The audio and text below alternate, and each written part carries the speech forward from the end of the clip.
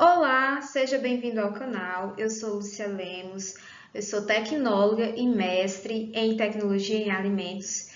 Hoje nós vamos dar continuidade às nossas mini-aulas, falando sobre os fungos. Como vocês podem visualizar nessa primeira imagem, aqui nós temos um exemplo clássico do fungo no pão. A gente vai ver algumas características, né? Igual a gente viu para as bactérias, como esses seres se reproduzem, quais são os que representam essas classes, enfim. Então, vamos lá aprender um pouco sobre os fungos. Então, pessoal, a gente começa falando que os fungos são considerados eucariotos, diferentes, né, das bactérias, que são procariotos.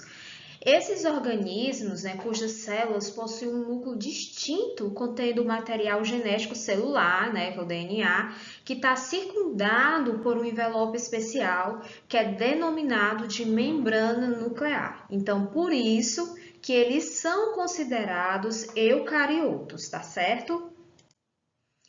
Sobre os tipos de fungos. Os fungos, eles podem ser tanto unicelulares como também multicelulares. Quando nós falamos unicelulares, são organismos que possuem apenas uma única célula. Quando a gente fala pluricelulares, né, então como o próprio nome já fala, né, o próprio termo, já quer dizer muitos, né, pluralidade, vários. Então são organismos formados por muitas células. Grandes fungos multicelulares, como os cogumelos, né, como vocês podem visualizar aqui na foto, que lembram plantas, eles não realizam fotossíntese, mas eles são considerados fungos multicelulares. Sobre a parede celular, né, os fungos verdadeiros, eles têm paredes celulares principalmente compostas por uma substância que é chamada de quitina.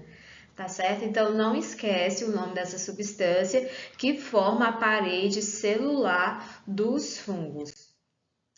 Aqui nós chegamos para falar das leveduras, né? Quando a gente fala em fungos, falamos de duas classes importantes, que são os bolores e as leveduras. Que as leveduras são fungos unicelulares, tá certo? Elas têm esse formatozinho um pouco oval e essa imagem, né, que vocês estão visualizando é até uma imagem microscópica. Só que em comparação com as bactérias, elas têm um tamanho um pouco maior do que as bactérias. E agora a gente vai falar sobre os bolores, né, que são os fungos mais comuns. Os bolores, eles formam massas que são visíveis, chamados de micélios, que são compostos de filamentos, que são chamados de hifas, que vai se ramificar, por exemplo, no alimento.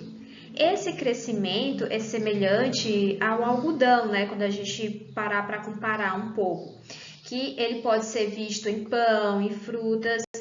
Isso nada mais, nada menos é do que os micélios de fungos, né? Que estão ali crescendo, que já se proliferaram naquele determinado alimento. Sobre a reprodução, os fungos eles podem se reproduzir tanto de forma sexuada como de forma assexuada.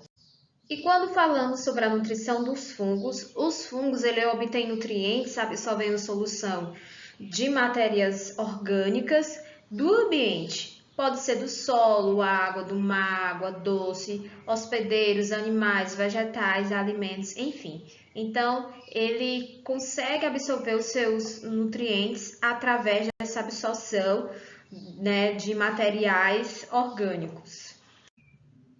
Como conclusão, né, de tudo que a gente viu hoje e também adicionando mais algumas informações a esse conteúdo. Pode-se dizer que o estudo dos fungos é crucial em diversas áreas, né, incluindo a microbiologia de alimentos, como também outras áreas como micologia e ecologia.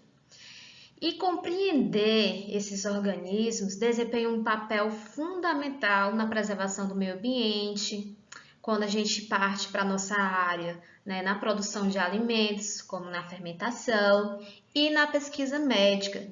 Isso tudo é devido à sua importância, né, como os agentes de doenças e fontes de compostos medicinais.